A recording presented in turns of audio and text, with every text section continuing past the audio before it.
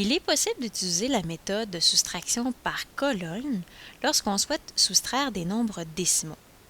Si je prends l'exemple suivant, 2,428 moins 0,76.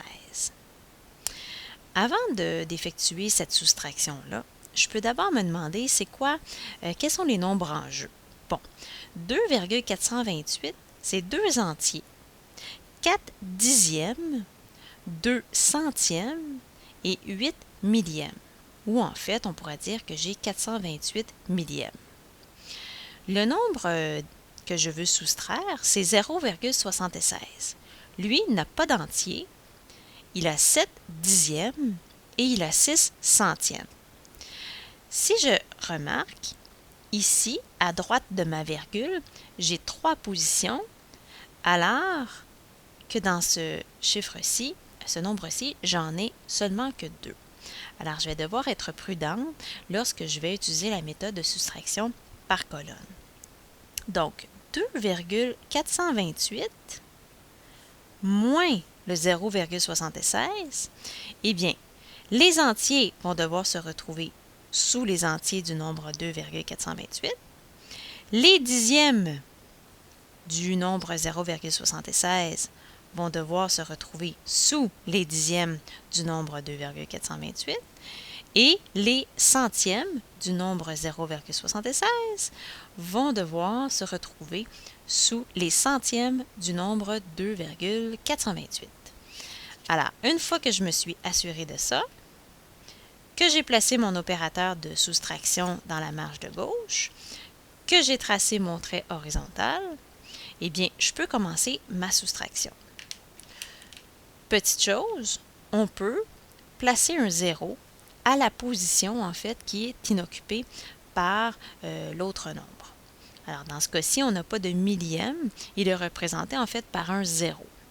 Donc, je peux maintenant procéder à la soustraction par colonne. Je peux m'imaginer des colonnes comme ceci. Donc, j'ai 3 colonnes après ma virgule. Ma virgule va se retrouver ici. Et j'ai une colonne pour les entiers. Je ne suis pas obligée de tracer les traits, mais ça peut m'aider. Et maintenant, je commence à la droite. Donc, 8 moins 0 me donne quoi? Me donne 8.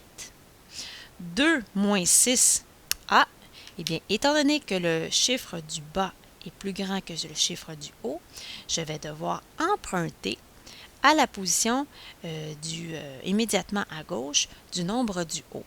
Donc, c'est-à-dire, je vais devoir emprunter au 4 une unité. Alors, le 4 va devenir un 3. Et cette unité-là va se retrouver, en le fond, ici, à gauche du 2. On va lire maintenant 12. J'ai enlevé un dixième et en fait, je pourrais dire que 10 centièmes, parce que là, je suis dans la position des centièmes, ça correspond à 1 dixième. Alors, maintenant, je peux lire le nombre 12 moins 6, qui va me donner 6. Ensuite, dans la colonne des dixièmes, qu'est-ce que j'ai? J'ai 3 moins 7. Alors, encore ici, j'ai un chiffre qui est plus grand en bas que celui du haut.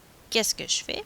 Eh bien, je vais devoir aller emprunter une unité au chiffre de la colonne immédiatement à gauche du nombre du haut, c'est-à-dire une unité au 2, qui va devenir en fait 1. Cet entier-là, en fait, je vais l'ajouter ici, à gauche de mon 3, pour lire 13, parce qu'un entier, en fait, c'est 10 dixièmes. Donc, maintenant, je peux dire que j'ai 13 dixièmes. Donc, 13 moins 7 me donne 6. J'ai ma virgule. Et finalement, la colonne des entiers, j'ai quoi? J'ai 1 moins 0 qui me donne 1. Alors, la réponse de 2,428 moins 0,76, ça me donne quoi? Ça me donne 1,668, soit un entier et 668 millièmes. C'est ce qu'on appelle la différence. Voilà!